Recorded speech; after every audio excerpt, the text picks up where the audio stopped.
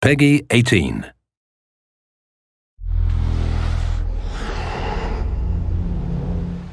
Hi, my name is Ashraf Ismail, Game Director of Assassin's Creed 4 Black Flag, and I'm very proud to be showing off the Caribbean open world. Here, we're going to start with Edward. After completing a few missions, he's met up with the assassins, but he's not yet bought into the Creed, so he still has this selfish need for fame and fortune. Edward is one of the most unique characters we've created for the Assassin's Creed universe. He is a man who is still trying to figure out who he is in life and what he wants to get out of it. At this point in the story, he still wants that fame, so one way to get it is to complete these assassination contracts. This is a way to make money and to gain a bit of notoriety. So here we go. We have 2 targets to take out, 2 Templar brothers. So we're going to accept the contract, and the world map is going to show us where this contract takes place. So we see here that the contract is actually very close to us. It starts in the village we're in, but as we zoom out, we want to show you the world that we have. Many locations, over 50 locations, centered by Cuba, the Bahamas, and Florida up north. This is a massive world. There's a lot to find and do in this Caribbean Sea. But now we'll get back to the Fisherman Village and go after our targets. The Fisherman Village, it's one type of location in this world. It's really here as a convenience to the player. This is where you can start missions, where you can shop to upgrade Edward and the Jackdaw itself. It's really about the mood and the ambiance of the Caribbean Sea. In the distance, we have a tavern that we're approaching. Taverns are places where you can hire crew, play mini games, drink if you wish. But for now, we're going to focus on the targets and take them out.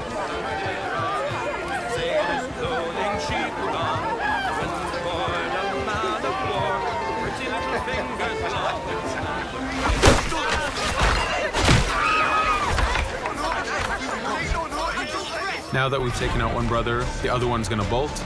Just like classic ACs, we can chase him down and take him out that way, but there's many ways to complete this contract. We can use the new free aim system to shoot him this way, to eliminate him that way. We can jump onto the ship and take him out with his crew, but instead we're going to let him escape into the sea and follow him with the Jackdaw. This is your ship. This is the second main character of the game. You're going to have to customize and upgrade the ship as you go on this journey with Edward.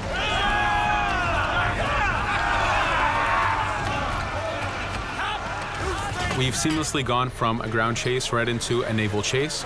We could destroy the ship and complete the contract that way, but instead, using the spyglass, we can see that he's carrying a lot of rum. Rum is important in the economy system. It's one way of making a lot of money if you sell it properly. So instead of destroying the ship, we're going to plunder that ship. Fire! Here you can see the upgrades that we've made into the naval combat. Using the front cannons, you can shoot chain shots to slow down the ship. Using the new round shot mechanic of trajectory aiming, you can aim for the hull and do a lot of damage this way. This specific enemy is what we call a frigate. Frigates are the type of ships that you need to destroy as fast as you can, because the longer the fight lasts, the more damage they're capable of doing. We have other enemy types like the Charger or the Man of War.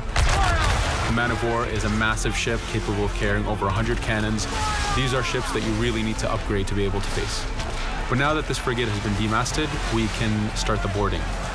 Boarding, it's very important. You are a pirate. This is how you gain cargo. This is how you take on ships. So here we can start the boarding from any orientation or angle we wish. The distance even matters. If you get too close, the 2 crews will just jump right into each other. If you start a bit further, you can jump in the water and go in for a sneak stealth attack. We have 2 objectives to accomplish for this boarding. We can take out the captain, and we need to take out some of his crew. So using the swivel gun, we will efficiently take out a lot of the crew. And now we'll go for the captain using Edward's navigation abilities. Here, again, using the new free aim system, we have a dangerous enemy on the other side taking out our crew. We can easily take him out with a headshot. So what we see here is that 2 ships have come together to create this 3D environment where, using your assassin abilities to navigate, to be stealthy, you can take the advantage and get the kill by surprise. Now that we've taken out the captain, we still need to take out a few of the crew members to complete this boarding. Now that we've plundered the ship, we're going to gain that rum that we saw earlier, but we're also going to gain ammo and crew members and some gold. With every boarding, there's 3 options that you can do with that ship. You can gain crew members, you can send the ship to your fleet if you wish, or you can salvage a ship to repair the Jackdaw if you took too much damage in the fight. In this case, since we did well, we're going to send the ship to our fleet. Now that we're back in the Caribbean Sea, we needed to make sure that every minute something is being advertised to the player, something new for the player to do. In this case, we have this uncharted location. These are what we call playas. We have over 75 of these in the Caribbean world. Every playa has something very important for the player to find, something that will help in upgrading Edward or the Jackdaw. So it's in your advantage to explore these locations.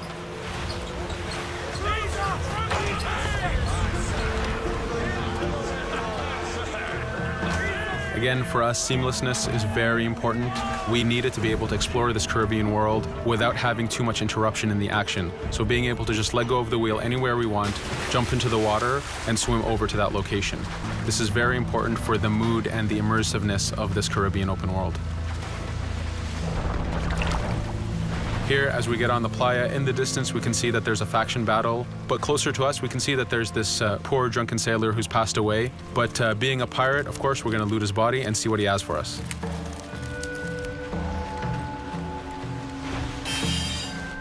So we found a treasure map. This treasure map is asking us to go to an island called Misteriosa. Every time you find one of these, you know that you're going to find a treasure that is linked to the progression of the Jackdaw or Edward, so they are very valuable. Here we're going to take a look at that faction battle. We have a British ship facing off against a Spanish ship. We could jump in and take advantage of this opportunity, allowing each ship to weaken the other and for us to plunder both. But now we're going to make our way back to the Jackdaw. Again, this is the second main character of the game. There's a lot of customization and a lot of upgrading to do on the Jackdaw.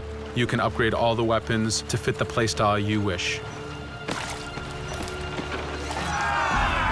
Now, as we get onto the Jackdaw, we can see that the crew is cheering for us. Edward has a really close relationship with his first mate, Adewale, standing right there, and with his crew. And this is something that you'll see later in the demo, that we can lose and gain crew members. Again, using the spyglass, we can really see the contents of a ship, but you can also assess the danger and threat level of these ships. But for now, we're going to continue to Misteriosa to find that treasure. Here we've crossed into a harpooning zone. The harpooning system is connected to the hunting system, which is used for upgrading Edward himself. So you can upgrade the number of weapons he carries, the ammo that you can carry, and even his health. But for now, we've moved past that zone and we've got into a storm. Storms are very dangerous. If you're not careful, if you don't know how to navigate a storm, you will take damage to your ship and you will lose crew members. In the distance, we can see a water spout. This is a tornado in the ocean. These are very dangerous. They can suck you in, and when they do, they tear the ship apart and take out your crew. Here we can see its effect on a ship. This poor ship got sucked in and got destroyed. Storms are very dangerous, but we wanted the player to take advantage of this. When you've mastered a storm, when you know how these systems work, you can pull enemies into a storm and let the storm do damage for you. So there is a strategic element to using a storm in the world.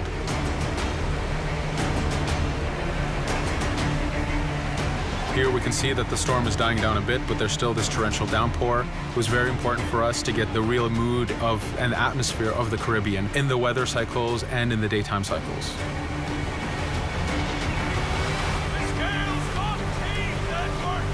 But here, since we've survived the storm, did pretty well, let's order our crew to sing. Sea shanties are a part of this game. It's a collectible that you can find in the world. So the more you find, the bigger playlist you have for your crew.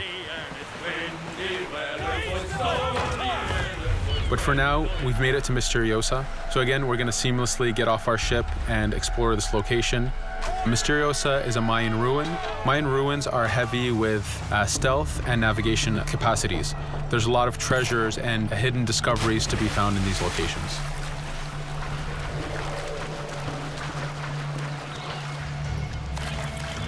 If we recall the treasure map, the treasure is hidden behind a temple. So just by quickly looking around, we can see that temple looks about right. So that's our objective. We'll head there. As we go this way, we can see there's a lot of guards on the beach. We could go in and fight them if we wish to, but to show off that this is a mini open world, we're going to try to find a different route to get to our objective. Here, we've seen a guard. We don't want to alert him, and we don't want to alert the guards on the beach, so we're going to use our stealth ability to take him out silently.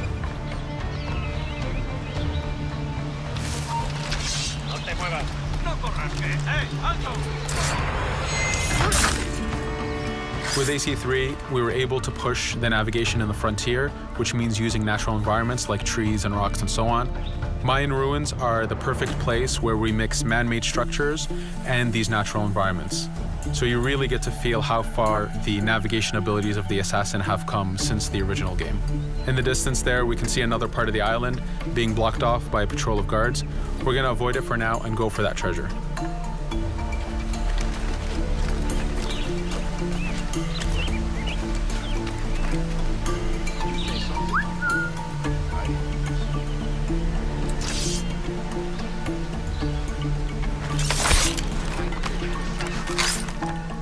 It's important for us to be able to give the players new tools, specifically for stealth. In this case, we have the blowpipe. Using the berserk darts, you make your enemies go crazy. Effectively, this means that they'll attack anything and everything in sight, including their own friends, animals, or Edward if he was in the way. So you do have to be careful with how you use it. But now that we've caused a distraction, if we happen to fall down there, at least there's already a bit of damage done for us. But using our navigation skills, we're able to get past that area without any trouble. There in the distance, you can see the jackdaw placed exactly where you left it when you got onto this location. It's really important for us to show the beauty of this Caribbean world.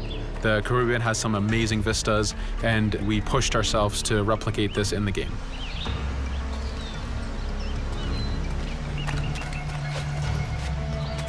As we continue forward, we can see in the distance there's a couple prisoners that are taken hostage. This is a scenario that you need to use stealth. If you're detected by those guards, they will kill the hostages.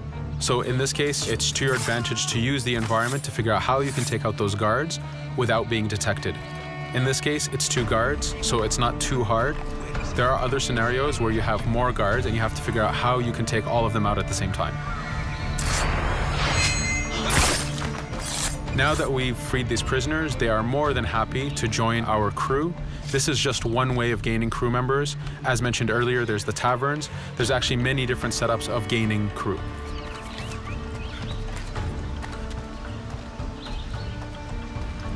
Here, we're going to go back to the treasure map. We can see that the treasure is actually behind the temple near a fountain. So if we just look around, we can see that it's around here.